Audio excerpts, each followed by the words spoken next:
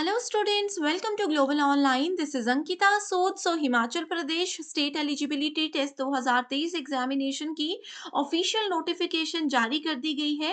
And आप सबको पता है कि बहुत सालों के बाद ये एग्जाम हो रहा है, तो आपको बहुत ज़रूरी है ये जानना कि क्या पेपर का पैटर्न रहता है और कैसे आप इस एग्जाम को क्वालिफाई कर सकते हो। सो इस वीडियो में यही सब चीज़ें हम डिटेल में डिस्कस करेंगे। साथ ही मैं आपको बताऊंगी कि एग्जाम की डेट क्या है, कौन-कौन से वो स्टूडेंट्स हैं जो इस एग्जामिनेशन में बैठ सकते हैं और पेपर का क्या पैटर्न है, कैसे आप लोग स्मार्ट तरीके से तैयारी करके अपने फर्स्ट अटेम्प्ट में भी इस एग्जाम को क्वालिफाई कर सकते हो। आप सभी इस सेशन में एंड तक बने रहिएगा। तो सबसे पहले आप देख सकते हो ये नोटिस जारी किया गया था 20 तारीख को, जिसमें कहा गया है कि आप सभी स्टूडेंट्स 20 तारीख से लेकर के 17 नवंबर के बीच में रात को 12 बजे तक इस एग्जामिनेशन के ऑनलाइन एप्लीकेशन फॉर्म्स को भर सकते हो। ये इसकी ऑफिशियल वेबसाइट भी दी हुई है। अगर आप लोगों को नहीं पता कि ऑनलाइन फॉर्म कैसे भरने हैं, तो आप बस मुझे कमेंट करके बता दीजिए। एक लाइव सेशन में मैं आपको साथ-साथ में बताऊँगी कि कैसे फॉर्म भरे जाते हैं। इसके साथ ही एग्जामिनेशन की डेट यहाँ पर अनाउंस कर दी गई है। सो आप लोगों का एग्जाम होने वाला है 4th वीक ऑफ जनवरी में। यानी कि अभी आप लोगों के पास पूरा नवंबर, दिसंबर और जनवरी का मंथ है, तो आप लोग बहुत आसानी से आगे आने वाले 3 महीने में इस एग्जाम की तैयारी अच्छे से कर सकते हो। एंड फाइनल रिजल्ट आपका मार्च में होने वाला है। तो स्टूडेंट्स, ये आप सबके लिए गोल्डन अपॉर्चुनिटी आई है, क्योंकि देखो क्या है कि बहुत साल के बाद एक तो ये एग्जामिनेशन हो रहा है, एंड मार्च में, जनवरी से लेकर के मार्च के बीच में एग्जाम और उसका रिजल्ट ये पूरा सब कंप्लीट हो जाएगा। इसके बाद एकदम से असिस्टेंट प्रोफेसर की ऑफिशियल नोटिफिकेशन भी जारी कर दी जाएगी अप्रैल के मंथ में। तो आप सब अगर इस एग्जाम को क्वालिफाई करते हो, तो नेक्स्ट 6 महीने के अंदर अंदर आप असिस्टेंट प्रोफेसर इजीली बन सकते हो। इसी के साथ स्टूडेंट्स, यहाँ पर आप देख सकते हो जो भी कैंडिडेट्स ने अपनी मास्टर डिग्री कंप्लीट कर ली है, जनरल कैटेगरी से हैं एंड मिनिमम 55% आपका स्कोर है, तो आप लोग इस फॉर्म को भर सकते हो। आप इस एग्जाम के लिए एलिजिबल हो। वहीं अगर आप सभी एससी, एसटी और किसी भी पीडब्ल्यूडी या किसी और कैटेगरी से बिलोंग करते हो और आपने अपनी मास्टर डिग्री में 50% मिनिमम स्कोर किया है, तो भी आप इस फॉर्म को फिल कर सकते हो। ठीक है। इसके अलावा ये मिनिमम एलिजिबिलिटी क्राइटेरिया है, ये अगर आप सेटिस्फाई करते हो, तो फिर आगे के रूल्स आप लोगों को अच्छे से पढ़ने हैं। ओके। अब बढ़ते हैं पेपर के पैटर्न की ओर। सो सबसे ज्यादा इंपॉर्टेंट यहाँ पर यही है कि आप तैयारी करने से पहले पेपर के पैटर्न को अच्छे से समझ लो। तो एग्जाम आपका एक ही होगा, सेट।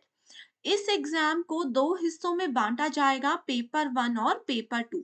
ठीक है? जो पेपर 1 होता है, इसमें आप लोगों से 50 एमसीक्यूज़ पूछे जाते हैं। हर एक क्वेश्चन के 2 मार्क्स कंसिडर किए जाएँगे, यानी कि 100 मार्क्स का आपका पूरा पेपर 1 रहता है। और उसी के साथ बिना किसी ब्रेक के सेम डे पर आप लोगों का पेपर 2 भी कंडक्ट करवाया जाएगा, जिसमें आप लोगों से टोटल 100 क्वेश्चंस पूछे जाएँगे। इसमें भी 2 मार्क्स का आपका पेपर रहेगा, 1 क्वेश्चन रहेगा, यानी कि 200 मार्क्स का कंप्लीट आपका पेपर 2 रहने वाला है। इसके अलावा देखो स्टूडेंट्स, पेपर 1 जो होता है ये आप लोगों के लिए कॉमन पेपर होता है, एंड पेपर 2 सभी स्टूडेंट्स का सब्जेक्ट रिलेटेड पेपर होता है। ये वो सब्जेक्ट होते हैं जो कि अपने अपने मास्टर डिग्री में, अपने पोस्ट ग्रेजुएशन में पढ़े हुए हैं। ठीक है। जैसे कोई बीसीए वाला, एमसीए वाला कैंडिडेट है, तो उनके लिए कंप्यूटर साइंस होगा।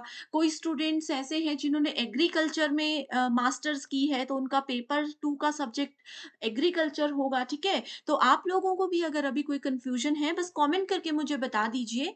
कोई भी सवाल है अगर सेट को लेकर के, कमेंट करके बताना, मैं ज़रूर आप सबकी हेल्प करूँगी ही करूँगी, ठीक है?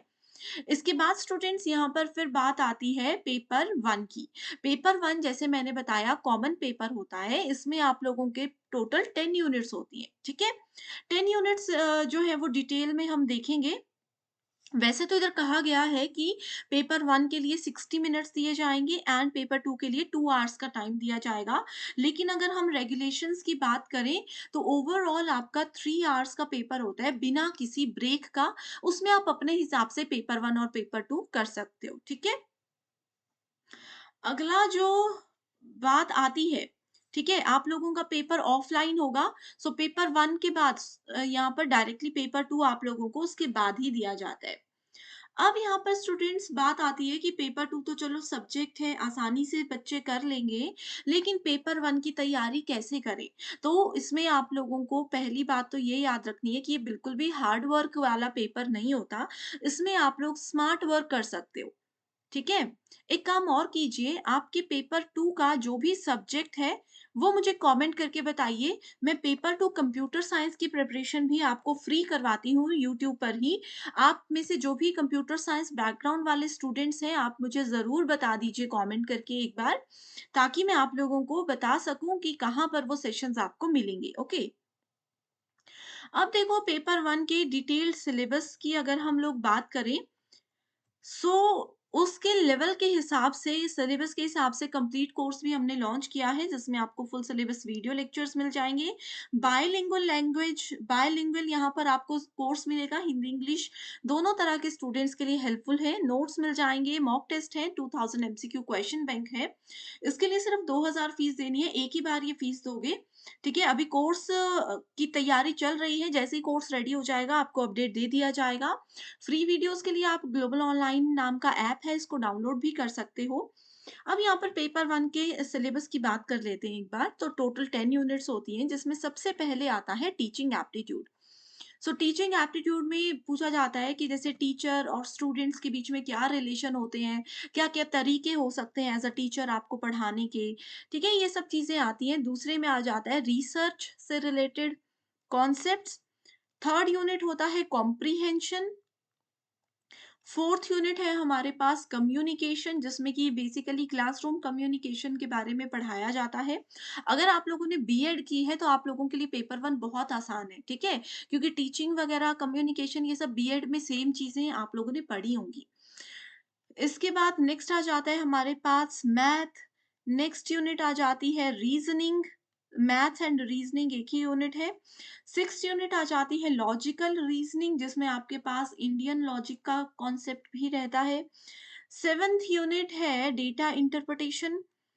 8वीं यूनिट है आईसीटी, जिसमें बेसिक कंप्यूटर्स पूछा जाता है। जैसे अगर आप लोगों ने पीजीडीसीए या डीसीए लगभग हर स्टूडेंट करते ही हैं, उसी से रिलेटेड बेसिक सब्जेक्ट्स यहाँ पर होते हैं। 9th नंबर पर आ जाता है पीपल एंड एनवायरनमेंट, पर्यावरण से रिलेटेड, प्रकृति से रिलेटेड चीज़ें इसमें रहती हैं। और यूनिट नंबर 10 है हायर एजुकेशन, ठीक है? सो ये 10 यूनिट्स के नाम मैंने आपको बता दिए।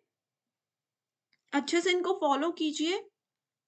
कोई भी सवाल अभी भी अगर आपके दिमाग में आ रहा है, कोई भी कन्फ्यूजन है लेकिन गाइड करने वाला आपको प्रॉपर कोई नहीं मिल रहे हैं, तो बेझिझक मुझे कमेंट करके बताइए। मैं ज़रूर स्टूडेंट्स आप सबकी हेल्प करूँगी ही। So thank you so much everyone for watching this video and I wish you all the very